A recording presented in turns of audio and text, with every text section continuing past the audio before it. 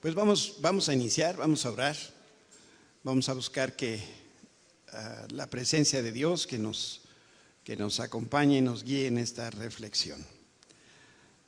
Te amamos, Señor, porque eres bueno, porque para siempre, Señor, es tu misericordia y tu bondad no conoce paralelo. Como hijos necesitados de consejo, de dirección, de amor, hemos venido esta mañana para que sea el Espíritu Santo que nos hable a nuestra vida, al momento que estamos viviendo cada uno, y tú traigas, Señor, dirección, consuelo, sanidad, liberación, que tú obres con todo poder, en el nombre de Cristo Jesús. Amén. Hoy es el último, es el último de enero, mañana es el último de enero, ¿verdad? Hoy es 30 de enero del 2022 y quiero empezar compartiendo dos textos de la Escritura. El primero está en Juan 15 y dice: yo soy la vid verdadera, mi Padre es el labrador. Él corta de mí toda rama que no produce fruto y poda las ramas que sí dan fruto para que den aún más. Y de Jeremías 1: hoy te doy autoridad para que hagas frente a naciones y reinos. A algunos deberás desarraigar, derribar, destruir y derrocar, y a otros deberás edificar y plantar. Y lo que esto tiene para nosotros, el mensaje de Dios, es el siguiente. Dios nos dice: te estoy enseñando a discernir. Te estoy instruyendo para que tú puedas diferenciar entre una tormenta, la cual tú tienes la autoridad para enfrentar, y mi poder cuando ocasiona una sacudida. Voy a usar estos dos medios para revelar mi bondad a tu vida. A veces va a ser una tormenta, a veces va a ser con el poder de Dios, pero mi interés siempre es mejorar tus habilidades. Mi intención es que conozcas cómo responder a mi trato y a las adversidades que se te presenten. Recuerda, mi naturaleza, dice el Señor, siempre estoy buscando. Esa es parte de su naturaleza, lo que finalmente te hará bien mientras que establezco mi reino en la tierra. Te voy a estirar, te voy a podar, te voy a sacudir porque soy un buen jardinero. Te podaré, te plantaré y te haré crecer. Apóyate en mí mientras llevo a cabo esa obra.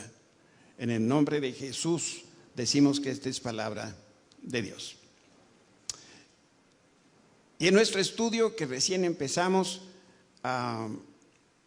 el domingo pasado, si Dios quiere, estas primeras meses del año, vamos a estar hablando de una de las historias de la Biblia que mejor se conocen. A lo mejor allá atrás, si me ayudan a centrar un poquito la lámina, porque me va a causar problemas después con los textos.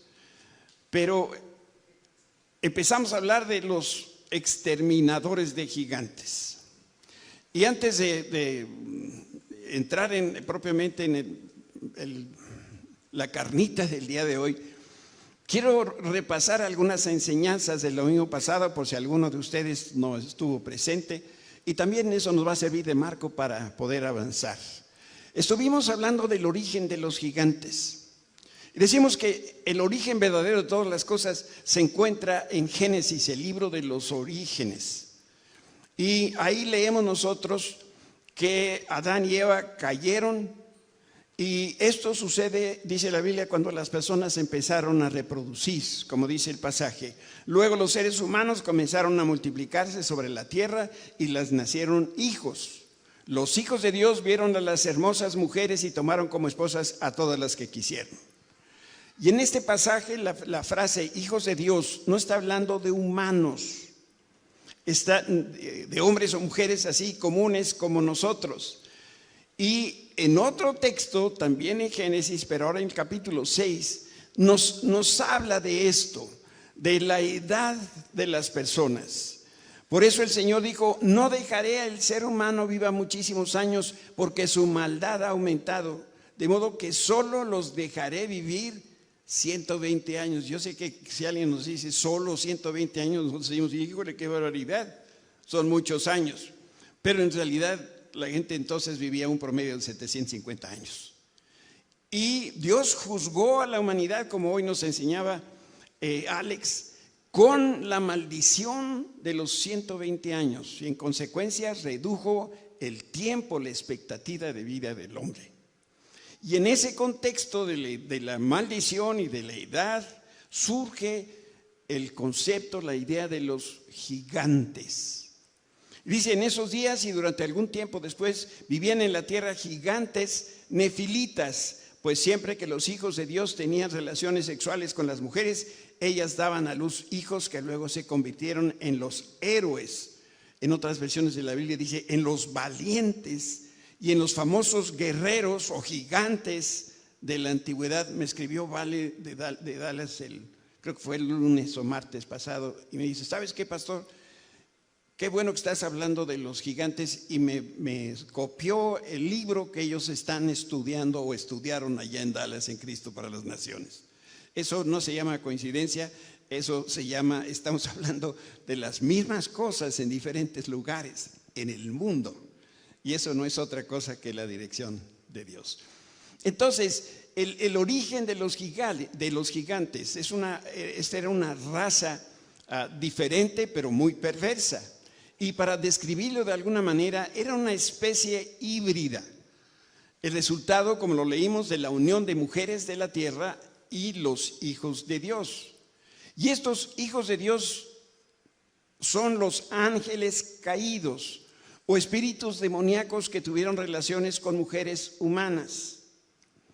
Y de esta unión se produjo una raza de gigantes que eran mitad humanos, mitad ángeles, mitad demonios. Y eran tan grandes, dice la Biblia, que hacían temblar o cimbrar el terreno por donde caminaban. Eran, por ponerle algún término, un engendro humano demoníaco, pero también eran una copia invertida de lo que Dios estaba haciendo. Dios creó al hombre, como dice la Biblia, a imagen de Él los creó. Pero después el hombre se corrompió y vino una serie de situaciones en las cuales Dios tiene que entrar. Que yo vea con mucha claridad en el libro de Génesis, en este momento me acuerdo de dos momentos cuando Dios tuvo que empezar otra vez de nuevo la creación. Si ustedes leen Génesis 1:1, antes de Génesis 1:1 ocurrió el primer desastre. Porque nos habla que la tierra estaba despoblada, la tierra estaba sufriendo, la tierra estaba deshecha, y Dios no hace nada imperfecto. Entonces algo pasó con la primera creación de Dios. Y luego viene entonces la creación y los 7 días y el hombre. Pero al poco tiempo el hombre cae en pecado y entonces Dios vuelve a destruir, y entonces viene el diluvio de Noé. ¿Ya se acordaron? Háganme así. Aunque no te hayas acordado, así me hace sentir mejor. ¿Sí? Perfecto. Todos aquí le vamos entendiendo. Y entonces estos engendros nacieron con un propósito, y esto era impedir que se cumpliera el plan eterno de Dios. Esta es una de las metas que tiene Satanás, interrumpir lo que Dios está haciendo. Y por eso yo necesito ahora reiterar que los ángeles caídos son los hijos de Dios que nosotros acabamos de leer en este texto bíblico. Ellos se unieron sexualmente con mujeres de la tierra, con humanos, y tuvieron hijos. Y esta estrategia fue una maquinación de Satanás que tenía la intención de adelantarse al nacimiento virginal de Jesús. Llegado este tiempo, llegado este momento, nosotros tenemos que entender que al día de hoy, y una de las razones por las cuales estamos hablando de gigantes, es que nosotros estamos peleando una guerra. Dice Pablo, nuestra lucha aquí en la tierra no es contra carne y sangre, sino es contra principados, contra potestades de las tinieblas. Ahí está la bronca. Entonces, quiero darte 3 consejos de cómo nosotros podemos vencer al enemigo. 1, tú y yo no le debemos tener miedo a Satanás, porque dice la Biblia que mayor es el que está en nosotros que el que está en el mundo. Entonces, en cuanto a Satanás y sus demonios, nosotros no tenemos por qué tenerles miedo. Segundo consejo, En ningún momento subestimes al enemigo. Por eso Satanás está feliz cada vez que la gente dice que lo dibuja como si fuera un diablito con un trinche. Ese no es Satanás. Quisiera que nosotros nos quedáramos con esa idea. Esto es algo serio. Pero debemos recordar también como tercera que no debemos ignorar a nuestros propios gigantes, porque si tú no los destruyes, nadie más lo va a hacer. Esta es la tarea de un exterminador de gigantes y es lo que estamos nosotros aprendiendo. También dijimos la semana pasada que si nosotros hacemos la pregunta, ¿dónde se encuentran estos engendros, mitad demonios, mitad humanos? La mayoría de estas criaturas sobrevivieron el diluvio universal. Después viene de Noé. Y Dios intervino con mucha dureza porque el peligro que estos gigantes representaban era tremendo. Y entonces destruyó el Señor todo lo que existía y volvió otra vez con la creación. Génesis 6, el Señor vio la magnitud de la maldad humana en la tierra y que todo lo que la gente pensaba o imaginaba era siempre y totalmente malo. Y entonces el Señor lamentó haber creado al ser humano y haberlo puesto sobre la tierra y se le partió el corazón a Dios. Este es un cuadro muy triste que describe la Escritura. Dice que entonces el Señor le dijo: borraré de la faz de la tierra a esta raza humana que he creado. Así es, y destruiré a todo ser viviente, a todos los seres humanos, a los animales grandes, a los pequeños que corren por el suelo y a las aves de los cielos. Y dice el texto que Dios lamentó, otra vez una enseñanza de Alex esta mañana. Dios, dice la Biblia, se arrepiente. Es un tema complicado, efectivamente. Dice aquí que Dios se arrepintió de haberlos hecho. Sabemos que también Dios es perfecto y al mismo tiempo no se puede arrepentir. Entonces, ¿cómo conciliamos estas dos ideas? No sé, pero cuando lleguemos al cielo le podemos preguntar al Señor. Lo que sí leemos, versículo 8, es que Noé encontró favor delante del Señor. Dios escudriña los corazones. Y Dios estaba buscando motivaciones íntegras en los hombres, y lo que el Señor buscó lo encontró en Noé. No era un hombre perfecto, pero sí las intenciones del corazón de este hombre eran rectas y justas. Y Dios le dio una tarea: constrúyeme un barco en tierra firme. Eso fue lo que el Señor le pidió hacer. Y además del tamaño de la tarea que el Señor le había encargado, acuérdate que tenía que traer un macho y una hembra de todas las especies de animales. Entonces tenía que ser una señora barca. Y Dios le dio también las medidas de la barca para que no se fuera a equivocar. Hasta ese día no había llovido sobre la tierra. Entonces no había creado Dios la lluvia hasta que vino el diluvio universal. Y Dios halló gracia en Noé, en su esposa y en sus 3 hijos, que son Sem, Cam y Jafet. Y estos 3 varones son el origen de todas las naciones de la tierra. Y el Señor llamó a 8 personas, y 8 es un número que simboliza nuevos principios.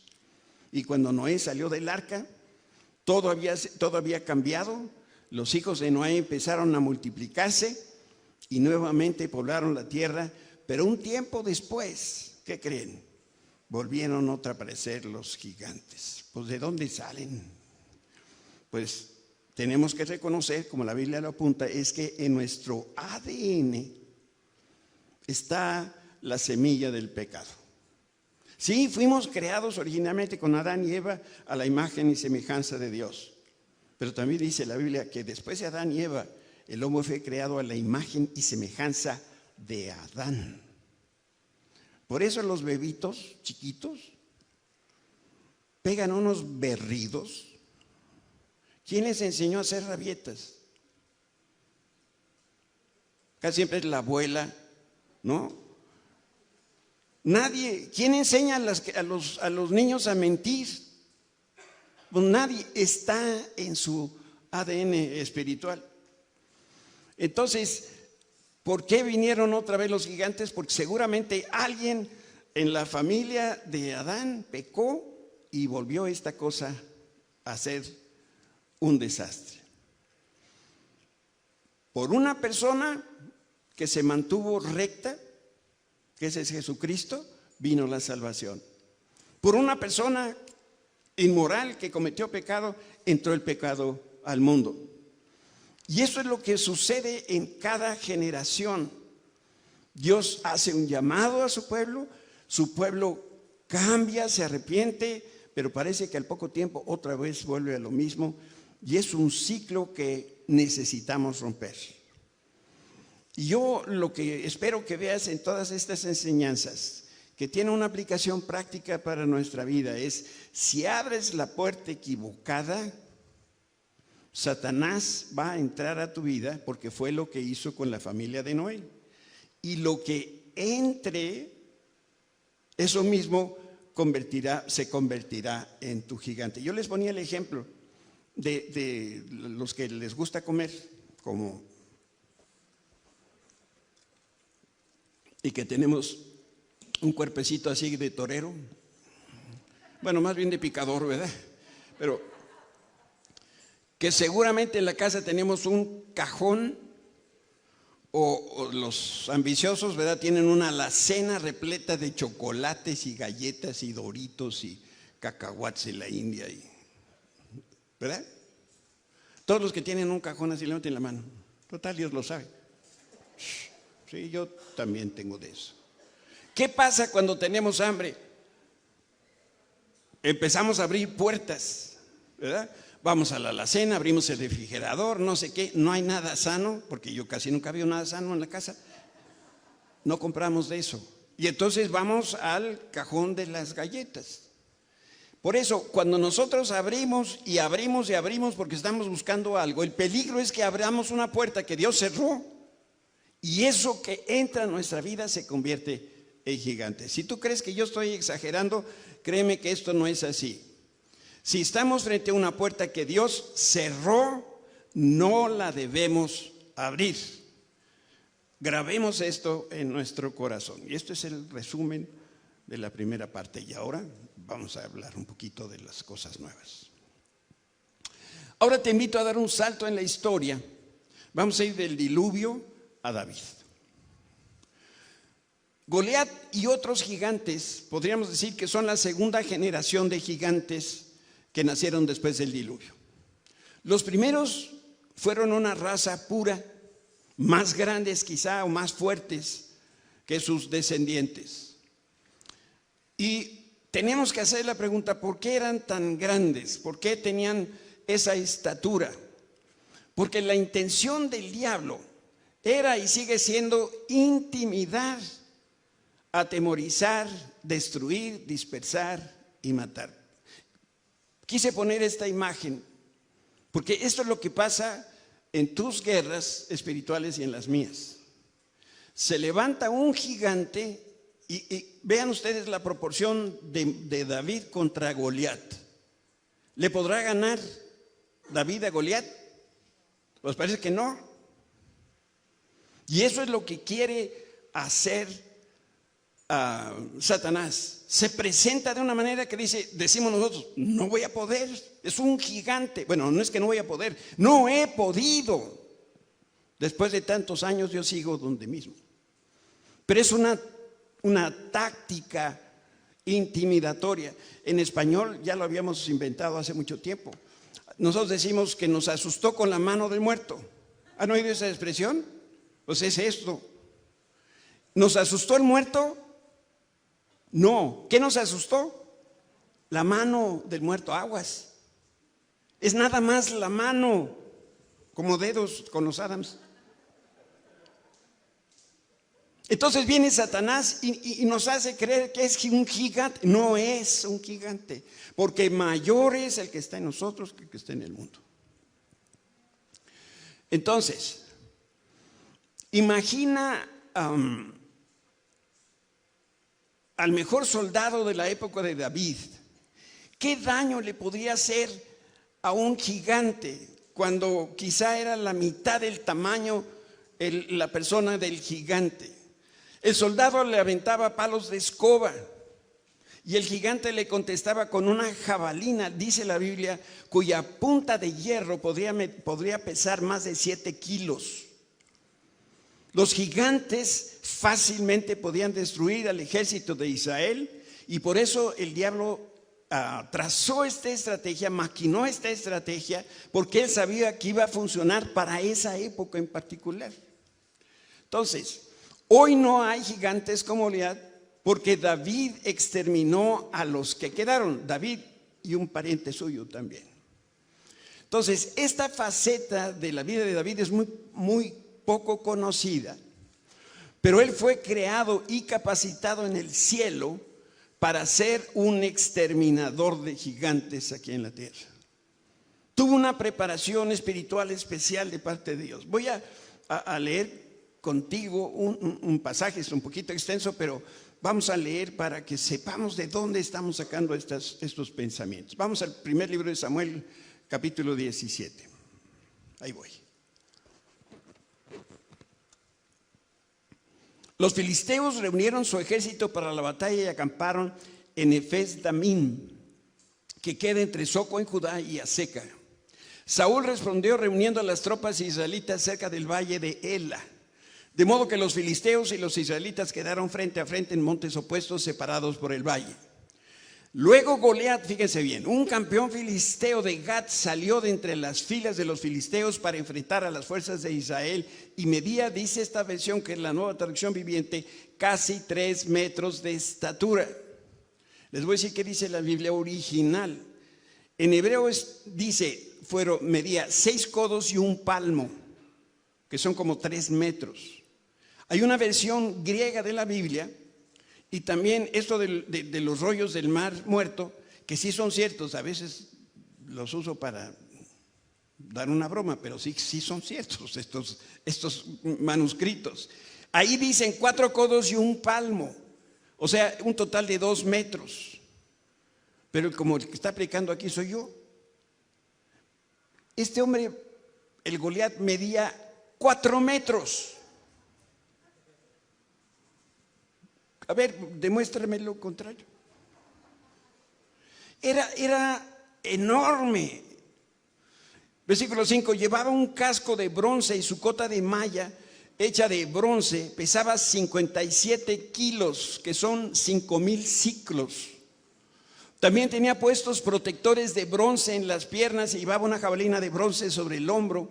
El asta de la lanza era tan pesada y gruesa como un rodillo de telar, con una punta de hierro que pesaba casi 7 kilos, que son 600 ciclos, y su escudero iba delante de él.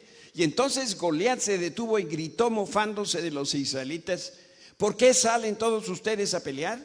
Yo soy el campeón filisteo, pero ustedes no son más que siervos de Saúl.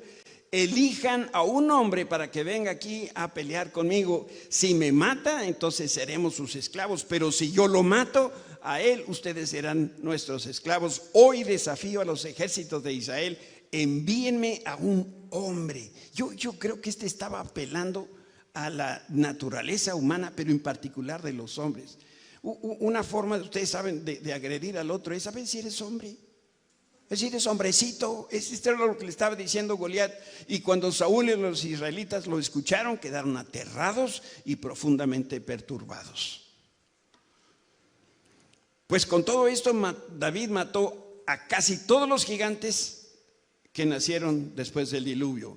Y Dios quiere que tú te conviertas en un exterminador de gigantes. De una vez les digo, por si se está ocurriendo la idea: oye, pastor, ¿no puedes venir a ayudarme a matar a mi gigante? No. Y si pudiera, tampoco lo iba a hacer. Esta es una chamba que te toca a ti, me toca a mí en lo particular. Yo tengo también mis gigantes. Si la historia de David le cambias un poquito los nombres de los protagonistas, va a quedar mucho más clara, espero yo, esta enseñanza. Los hijos de Israel son los redimidos, la iglesia de Jesucristo. Es decir, tú y yo que creemos en Cristo y en su obra en la cruz, somos los hijos de Israel en esta historia. Goliat. Goliat es un espíritu demoníaco que nos habla de manera directa, como lo hemos leído, y nos recuerda cada uno de nuestros fracasos y debilidades. Goliat es un emisario del maligno y te atormenta, me atormenta de día y de noche y nos hace sentir derrotados para que no alcances los propósitos que Dios trazó para tu vida. Tú dices, bueno, yo soy contador y nunca me he enfrentado con un gigante. Pues qué suave. Pero yo no estoy muy seguro si ese es el propósito de Dios para tu vida. Pero en el momento que tú reconoces, identificas para Dios para qué te tiene aquí en la tierra, te aseguro que vas a empezar a conocer a tus gigantes. Porque son estos engendros que no quieren que la obra de Dios se haga una realidad en tu vida y en la mía. Y por estas amenazas de Goliat, el ejército que dirigía Saúl se quedó como pasmado, como le hacen las computadoras, los celulares, por espacio de 40 días. Y 40 es un sinónimo en la Biblia de una gran prueba. 40 días salir y a escuchar a este hombre. Todo Israel, todo el ejército estaba paralizado por el temor hasta que apareció en la escena un exterminador de gigantes. Este era David, el hermano menor de 8 hermanos. Y David escuchó los términos de la amenaza. Y dijo, ese grandote, ¿quién lo va a atacar? Y entonces le dijeron, es que Saúl está diciendo que el que lo mate le va a dar una recompensa. ¿Y qué es esa recompensa? Dice David. Empezó a David como decir, aquí a lo mejor hay negocio. Recuerden que es el pueblo de Israel, buenos para el dinero. 1 Samuel 17. ¿Ya vieron al gigante? Preguntaban los hombres. Sale cada día a desafiar a Israel. El rey ha ofrecido una enorme recompensa a cualquiera que lo mate. Aquí está la recompensa. A ese hombre le dará una de sus hijas como esposa y toda su familia quedará exonerada de pagar impuestos. Un paréntesis. Yo creo que esta hija de Saúl ha estado feicita. Eso soy yo lo que creo. Porque luego, a ver si salía del maíz podrido. Pero bueno, ahí está registrado para nosotros. La respuesta a la pregunta de David fue, el que mate al grandulón va a recibir riqueza. La hija del rey en matrimonio y nunca en su vida va a pagar impuestos. Luego David preguntó, ¿y qué recibo si fracaso? Y entonces se lo dijeron también, pues mira, si no te aplasta, te vas a convertir en su siervo el resto de tus días. Y yo creo que cuando David de veras escuchó esto, hizo números en la cabeza. ¿Me conviene? ¿No me conviene? ¿Lo hago o no lo hago?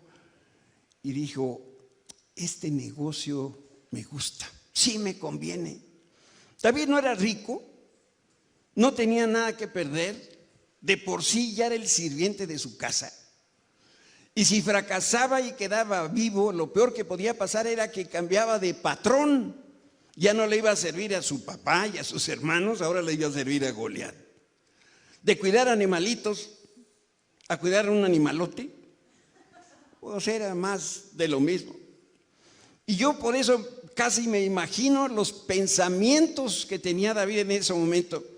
Y a lo mejor algunas de las cosas que se decía era, por lo que yo alcanzo a ver y escuchar, la situación en el campo de batalla es desastrosa, desastrosa. Luego se vienen de este lado y van a ver cómo se les olvidan hasta las pronunciaciones. En el último mes y medio, pensaba David, quizá, lo único que ha pasado aquí es que Saúl y su ejército han recibido insultos y amenazas. Aún no se ha disparado una sola flecha y el ejército de Israel ya se rindió. 40 días pasmados sin hacer nada.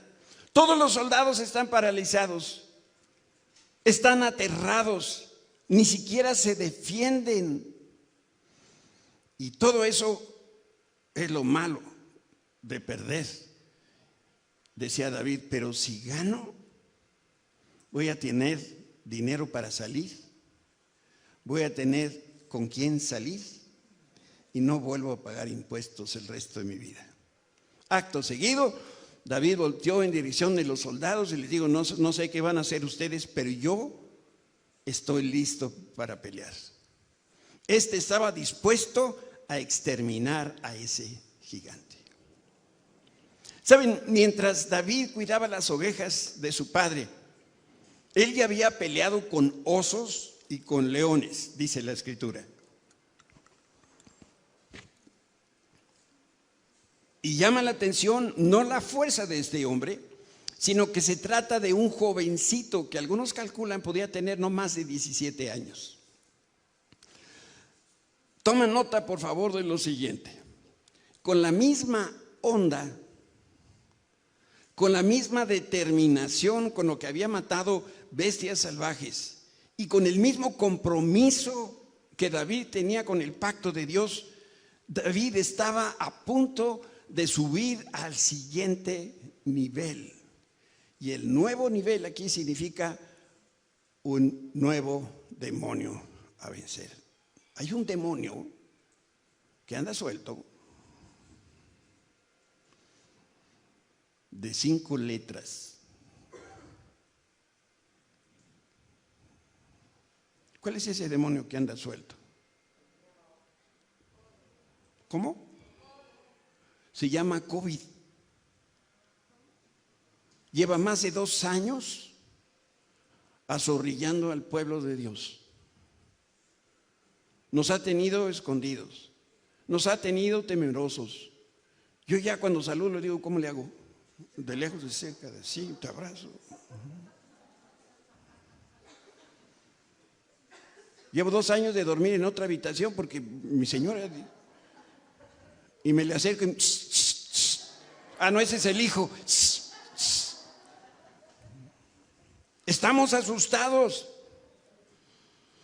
Y mientras estamos pensando en David, no dejes de verte a ti mismo, porque Dios puso sus ojos en ti porque te quiere convertir en exterminador de gigantes. Yo no conozco los gigantes con los que tú batallas, no sé cómo se llaman, tampoco conozco al gigante que se aparece en tu valle, que te tiene atemorizado y no te deja cumplir el propósito de Dios en este lugar. Pues sin importar tu situación o tu condición, el Señor te dice esta mañana lo siguiente. El día que entregaste tu vida a Cristo, Dios depositó su Espíritu en ti, de manera que su sola presencia te habilita a vencer cualquier obstáculo y a matar cualquier gigante que te impida alcanzar la victoria y el éxito. En otras palabras, la victoria ya te la dio el Señor. Las habilidades y capacidades ya te las dio. Y entonces la pregunta es, ¿y por qué seguimos asustados? ¿Por qué los gigantes de nuestra vida nos tienen derrotados? Porque no nos hemos puesto la camiseta de exterminador de mis gigantes. Yo quiero que grabes en tu corazón que fuiste diseñado en el cielo para destruir cualquier gigante que intente detener los planes justos y rectos de Dios. Y al mismo tiempo, algo se maquinó en el infierno para impedir que avances y que no te conviertas en lo que Dios quiere. Por eso la pregunta que tú y yo tenemos que responder es, ¿quién va a ganar? ¿Va a ganar Dios o va a ganar Satanás? Por eso, si tú crees que Dios te creó con un propósito, y si tú crees que su unción está sobre ti, entonces no existe un solo gigante que te pueda impedir que tú cruces el valle que te lleva al éxito. Es mejor por eso que nosotros abramos los ojos para darnos cuenta de lo que está sucediendo.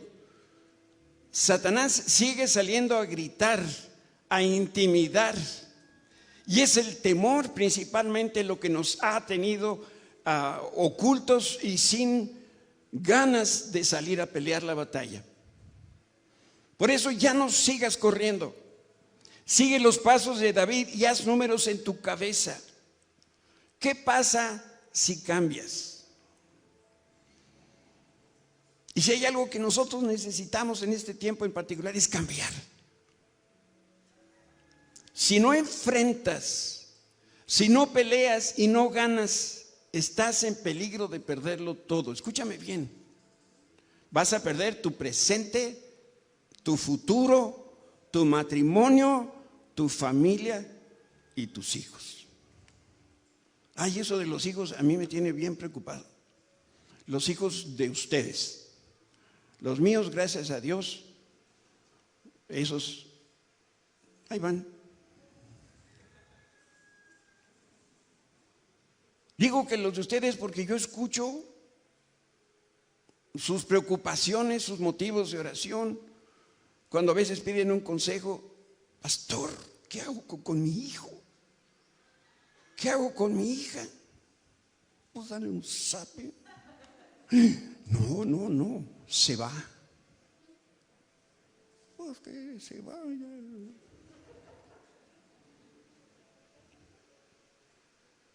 No le pueden decir nada a la criatura porque se trauma. Yo pago al psiquiatra después, hombre. Asustados. ¿Qué van a hacer los hijos? Y no nos damos cuenta que nosotros no hemos empezado nuestra propia guerra. Son nuestros gigantes los que nos tienen a nosotros atorados y de paso se han llevado a toda la familia. Por eso digo, si tú no mueves, si tú no haces algo, no estoy hablando de tus hijos, si tú no haces lo que tienes que estar haciendo, entonces hay peligro de que tú pierdas a tus hijos. El enemigo te puede destruir y también puede destruir el propósito de Dios para tu vida. Déjame que te venda esta idea mostrándote lo que puedes ganar. Si tú le ganas a tu gigante, vas a obtener los mismos beneficios que recibió David. Número 1, la Biblia dice que el Padre Celestial tiene tantas riquezas almacenadas para nosotros que ni siquiera las podemos imaginar. Todos aquellos que están, que no llegan a la quincena y que viven pidiendo prestado, no se han dado cuenta de las riquezas almacenadas para nosotros. Señor, ¿y por qué no me las das? Es que hay un gigante que no te ha permitido a ti mismo hacer el propósito de Dios. ¿Para qué te va a dar dinero? Lo vas a ocupar en lo mismo que lo has ocupado en el pasado y que te tiene en la situación presente. El día que tú inviertas ese dinero en el propósito de Dios, vas a ver cómo se multiplica. Miren lo que dice este pasaje: en quien nosotros tenemos redención por su sangre, está hablando de Jesucristo, el perdón de los pecados, según las riquezas de su gracia. Pastor, son riquezas espirituales, también son materiales. La segunda cosa que va a suceder, la Biblia afirma que los que venzan les espera una boda. Tú y yo, los que creemos en Jesucristo, somos la iglesia, somos la novia de Cristo. Y Jesús resucitado está a punto de regresar a la tierra. Vaya que los tiempos señalan, apuntan para allá. Guerras y rumores de guerra. Pestes como el COVID. La tierra está gimiendo, hay volcanes que están surgiendo donde quién sabe qué. ¿Qué está pasando? El día del Señor se acerca. Y bueno, lo hermoso para nosotros es que nos vamos a unir en matrimonio por la eternidad con el Rey de Reyes y el Señor de Señores. Si vencemos al gigante. Lo tercero que va a suceder, los impuestos en los días de David eran solamente para los extranjeros. Los que son del pueblo escogido de Dios tenemos el privilegio de pagar nuestros diezmos y ofrendas. Es un privilegio. Lo hacemos porque reconocemos que de Dios vienen todas las riquezas y que Dios nos ha dado lo que nosotros tenemos. Y la cuarta cosa, la recompensa de Saúl incluía hacer al vencedor parte de su familia. Por eso era que quedaba exento de todo tributo. Yo creo que nadie aquí se ofendería si Hacienda le condona los impuestos a perpetuidad, ¿verdad? Pero lo más importante aquí es que el Padre nos hace parte de su familia real, porque Él es el Rey y también celestial. Dice el Evangelio de Juan: pero a todos los que creyeron en Él y lo recibieron, les dio el derecho de llegar a ser hijos de Dios. Y como hijos de Dios, somos herederos de todas sus promesas. Toma nota. Todo lo que pise la planta de tus pies será tuyo. Nadie te podrá hacer frente en todos los días de tu vida. Y así como Dios estuvo con Moisés, también estará contigo. Dios no te deja. Dios no te desampara.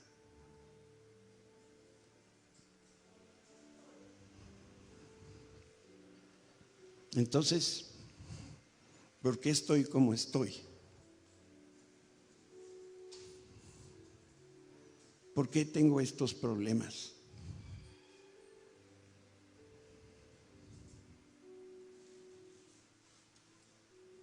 Creo que en tu vida, como en mi vida, hay gigantes. Yo no sé quiénes son. Temor, ansiedad, falta de fe, falta de perdón. ¿No honras a Dios con tus diezmos? ¿No obedeces la palabra de Dios? ¿Deshonras a tus padres? ¿Eres chismoso? ¿Eres mentiroso? ¿Tienes algún vicio? ¿Alcohol? ¿Mujeres? ¿Apuestas? Yo no sé cuál es el gigante. Lo que sí sabemos, porque la Biblia lo explica, es que la estrategia del enemigo es intimidarte.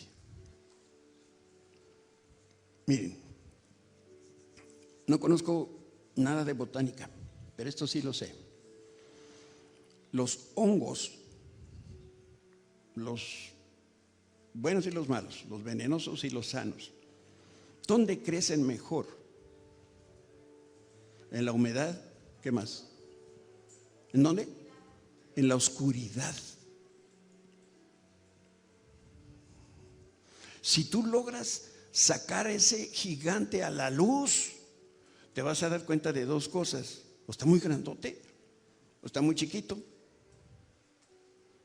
Pero ahorita solamente has visto la mano del muerto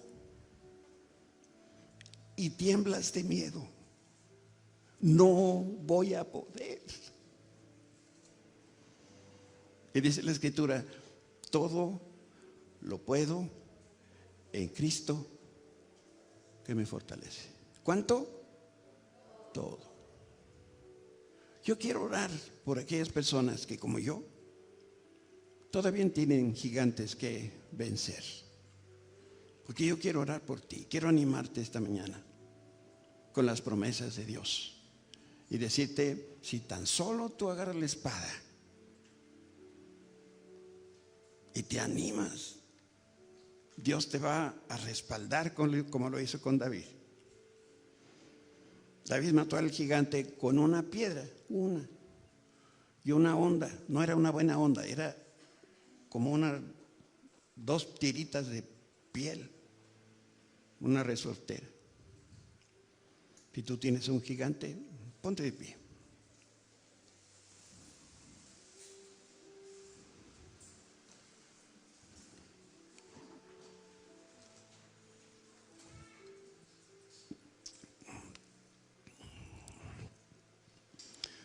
Señor, aún antes de empezar esta conversación hoy, tú ya sabías que íbamos a llegar a este momento. Como tú ya sabías, Señor, los gigantes contra los que estamos nosotros luchando todos los días. Gracias porque conocemos a través de la palabra y la revelación del Espíritu Santo cuál es la estrategia del maligno. Pero de pronto olvidamos, Señor, que lo que hace Satanás es intimidar. Lo que hace es causar temor y duda, confusión. Pero a la luz de tu palabra, nosotros nos damos cuenta que mayor eres tú, Espíritu Santo, que estás en nosotros, que nuestros gigantes con los cuales nos enfrentamos todos los días. Padre, hoy venimos dispuestos para ser exterminadores de nuestros propios gigantes. Reconocemos que en muchas ocasiones hemos tenido la oportunidad de hacerlo, pero no lo hemos hecho porque no se nos da la gana. Ya nos acostumbramos a vivir con el gigante. Ya le hemos hecho lugar en nuestra casa, en nuestro corazón, en nuestra agenda, en nuestro tiempo. Pero Señor, queremos que tú vengas hoy con el poder de tu Espíritu a darnos la fortaleza que le diste a David. Sabemos que no es con espada ni con lanza, no son con las armas físicas, sino son con las armas espirituales. Y por eso nos ponemos en tus manos, Señor. Porque si tú eres quien nos lleva, si vamos con Cristo, ¿quién contra nosotros? No habrá gigante que nos pueda hacer daño. Y por eso nos comprometemos contigo, Señor, a buscarte, a seguir tu dirección y con tu ayuda convertirnos en exterminadores de gigantes. En el nombre de Cristo Jesús. Amén.